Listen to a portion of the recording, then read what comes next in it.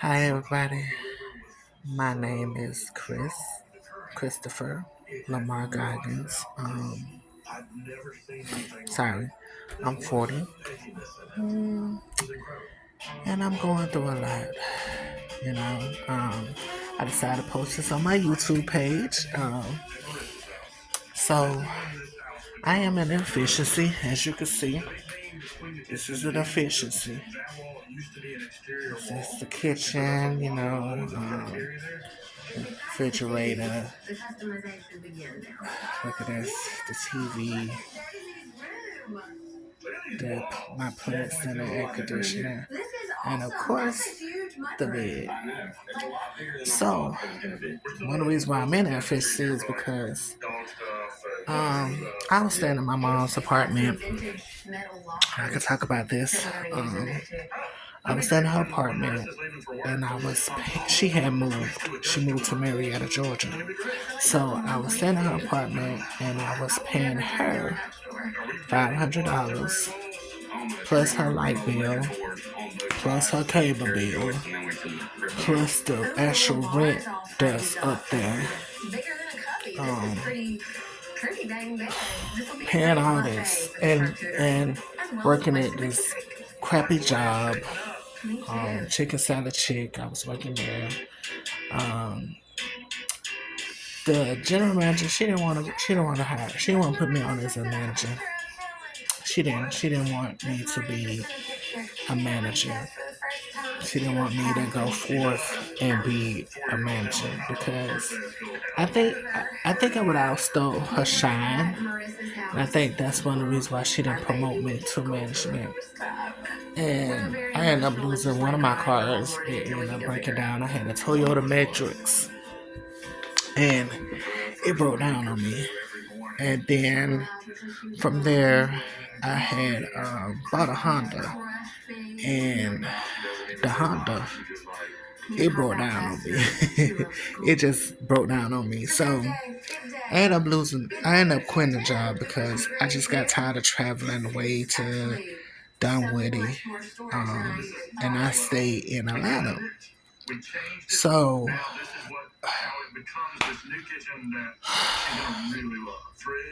I tried to work at Mata, and they told me that because my blood pressure was so high, I couldn't get the job.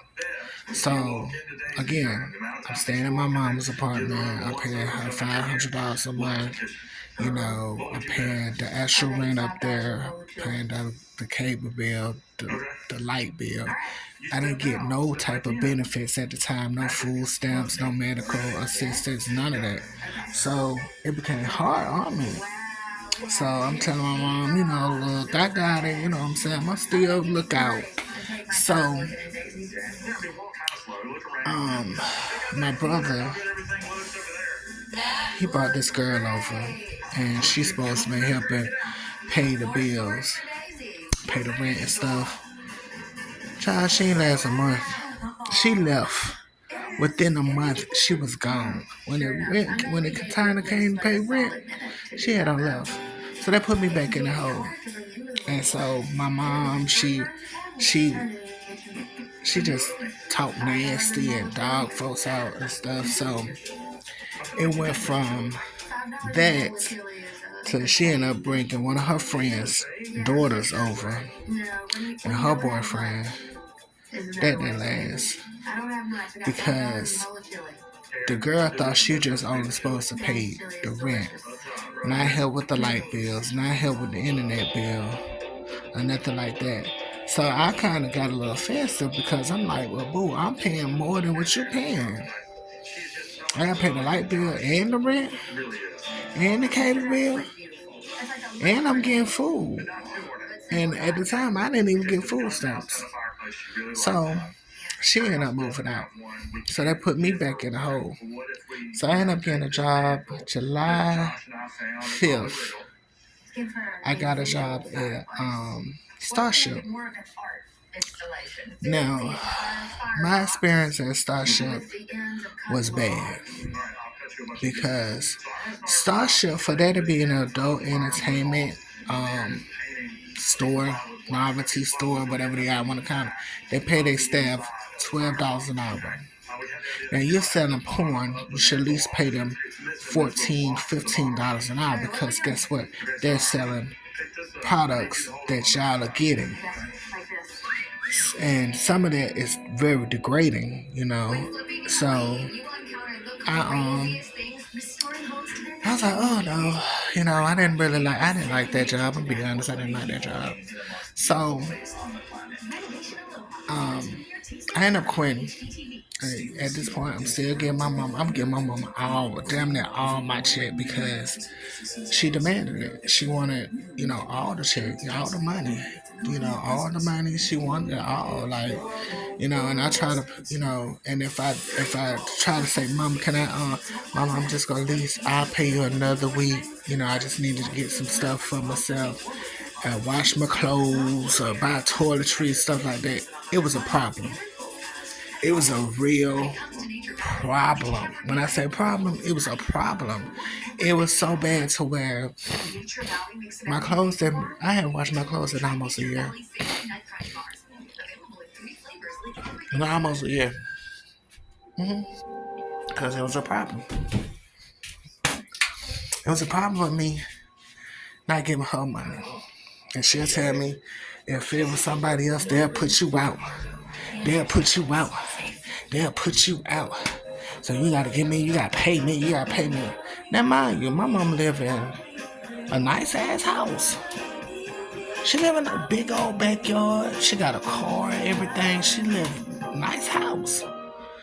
Her and my brother, they stay in a nice house. Nice, big, nice. Upstairs is 3 bedroom, 2 bath. Downstairs is one and a half bedroom, 1 bath, wash and dry connection, full kitchen. Nice house. Nice. Big old backyard. Nice. Beautiful. They got a garden in their backyard. They got a pond in their front yard. Nice house. And I'm going through it at this apartment, 2-bedroom apartment, where the carpet was messed up, where my nephew Rabbit ate up the carpet. The heat didn't work. She refused to get the heat fixed. She refused to get the stove fixed. She just wanted the money. So I ended up leaving Starship, going to Arby's. Now I'm still paying my mama. I'm still going through it. There have been times where she came and she was so vindictive. She just damn near destroyed my computer. See that right there? My computer on the bed. Damn near destroyed my computer. She was so mean, so hateful. She was just money hungry. Really, really money hungry. So I was up for a promotion as an assistant manager at Arby's because that's what I'm training for. And I needed to have a car. So I was like, well, Mama, look, they want me to buy a car, get a car so that way I can, I can get, a car so I can be able to get promoted. She had a problem with that. She had a real problem with that. I do mean problem. She said that's not good. I said, well, Mama, I'm not gonna be able to pay you for a month, a month or so. You know what I'm saying? I'm trying to get me a car. She told me that was a problem for her. Mm-hmm. She didn't like that. So it became real bad, and I lost the promotion. And I just snapped, I started saying bad stuff, and I started just being vindictive, and I'm crying out because, it hurt me the most to actually see that a family member, especially your parents, will not see you succeed. They'll rather look out for themselves. So she told me that she was gonna put me out, and she told me that I had to be out her apartment. That's last year, the end of the year. She told me I had to be out her apartment by the end of January. So I said, okay, fine. I'll move in January. And then the whole time I was there, the apartment almost got broke into. Some boys tried to break in, and I lost everything. I ain't gonna sugarcoat it. I lost everything. I lost both of my dogs.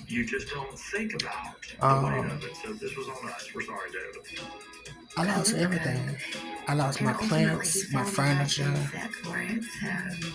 I lost everything. It's like everything I worked hard for, I lost. I lost the tub backed up, it overflowed. Oh my god, it was like feces water in the tub. It's just so much stuff that I went through at that apartment dealing with her. So February the 1st, I was getting ready to move out. And now, mind you, throughout the whole time I stayed there, my mom never got nothing fixed. Never. She never got nothing fixed. From the AC, from the heat, from the stove. I'm warming up this apartment by oven because she refused to get the stove. She refused to get the heat fixed. So I'm in there cold. I caught COVID just off of being in that apartment in the cold. I caught COVID just off being in that apartment in the cold. So then, I ended up moving to an efficiency, I just snapped, and now I'm in efficiency. I didn't get the promotion. They ended up giving it to some other dude. Now, I worked hard to get that promotion, and they told me the only way I can get that promotion is if I have a vehicle.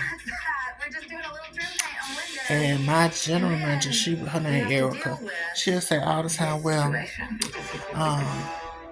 if you work overtime, you'll be able to get your car. Let me tell you something. At Arby's, they start their managers off at $15 an hour. You get paid every week. So you mean to tell me, of a $15 an hour check, you stand in the efficiency, you're paying $262 a week. Then you gotta worry about getting back and forth to work. You gotta worry about, because you got a car now. You don't have a car. You have to ride the bus. Then you have the clothes. So 9 times out of 10, the bus is not gonna run.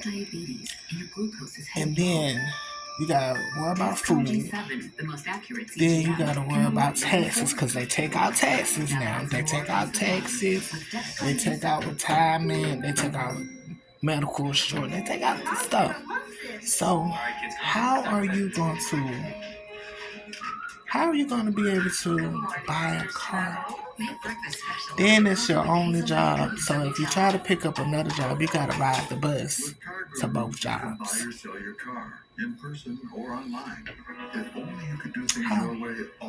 So now I moved into efficiency.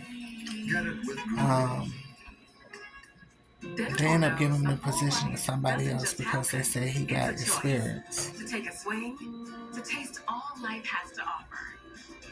Choose joy. They gave it to a little young kid that's 33. They got experience. So he got 10 years experience. Mind you, 33. So that means he was 23 when he became assistant manager.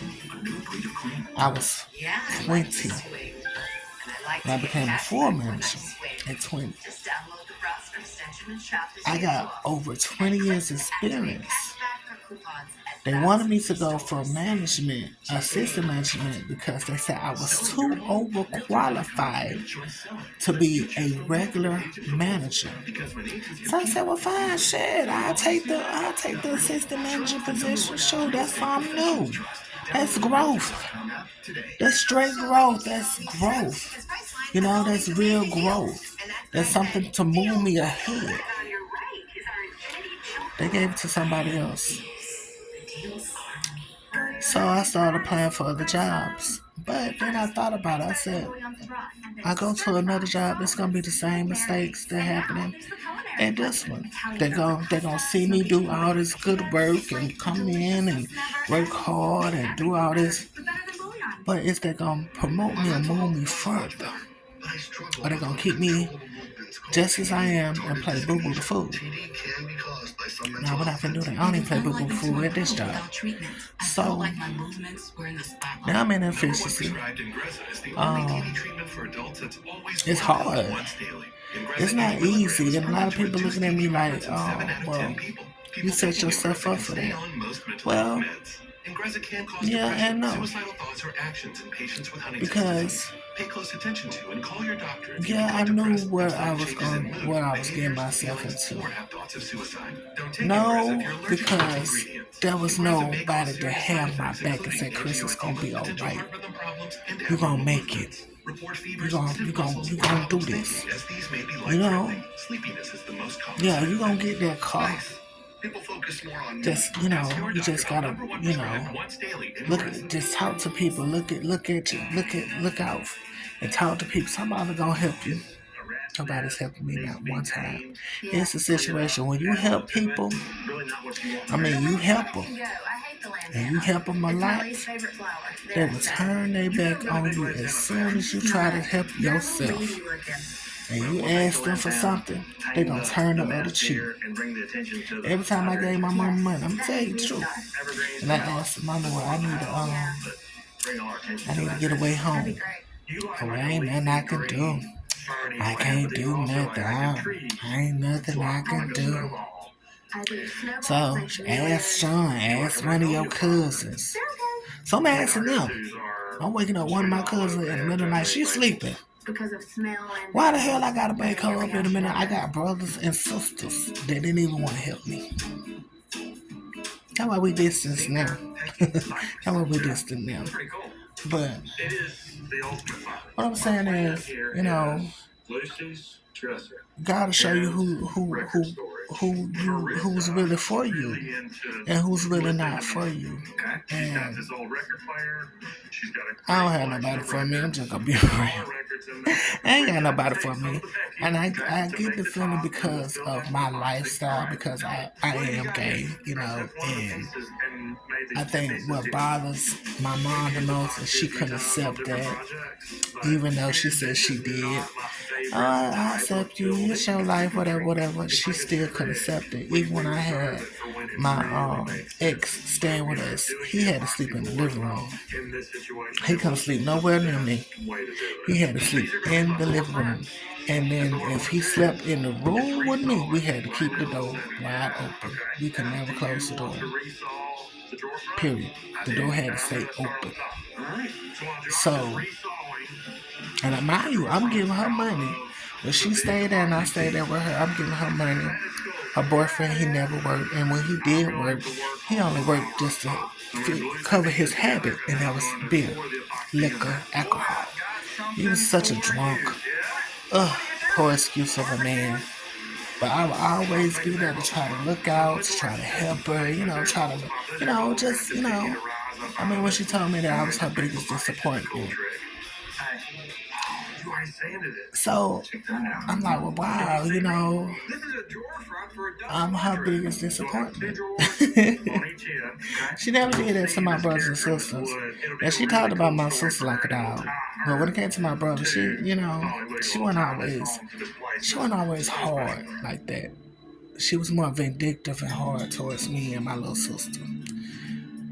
Well, so friendly and warm and looks good, y'all. Now, I'm in that fist. So,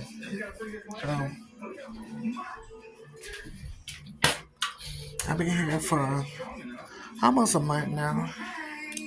I didn't picture my life being here. You know, I just went through a lot, you know. I pray to God, you know, and I know He's listening, but I feel like He's not listening to help me.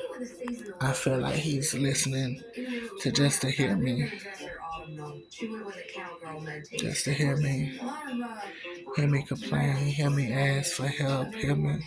I think that's sometimes I just feel like that's all he just here to hear me, not here to help. And I just be sitting here. I sit here. I go to work and I come in and I lay down and I come in and I go to work and you know I don't have a love life because you know when guys see me and they look at me, they don't talk to me. They see the size of me. They get the look. Size of me, they get the judging. Say I gotta look good, actually they judge. They quickly judge. You know, I'm living in a fish seat, they judge off that. I don't have a car, they judge off that. I work at a fast food restaurant, guess what they doing? They judging off that. So, I'm alone. I had one dude. I had one dude that I truly did love. I really did love this dude. And he didn't want me either. He said I was too boring for him. Ain't that something? He said I was too boring. You know, said I was too boring for him. So he started cheating on me. I had him get 3 jobs. Was there when he went to school and everything. He was going to the University of Phoenix at the time. I was right there. He made me want to be a better person. He really did. He made me want to see my life in the better because he was going for something and I wanted the same thing. So we broke up, you know, and now he's getting married and you know, then cause you know, after him, I try to date other dudes, and you know, it just wasn't the same. The love wasn't there. All I could see was users. He didn't even want me to buy him nothing. That's what made me love him even more, because one of my cousins said, the only way I can be with anybody is I gotta have money. So basically what she was saying, the only way any dude will date me, I gotta have money to support them. That means I'm not attractive enough to be with anybody. That's what she was saying. She was saying, Chris, you're not attractive enough to be with nobody. And the only way that you could be with anybody now, you're going to have some money to be with them. That's the only way they'll accept you. That's the only way they'll be with you. That's the only way they will love you is if you have money. And when she told me that, you know, and I was like, what? She was like, no, I didn't mean to say it like that. That's just in case we want to double date and stuff like that. No, you said that I'm not attractive. You said that I was ugly. That's the only way a dude would want to be with me, because I'm not attractive. Mm-hmm. That's what she said.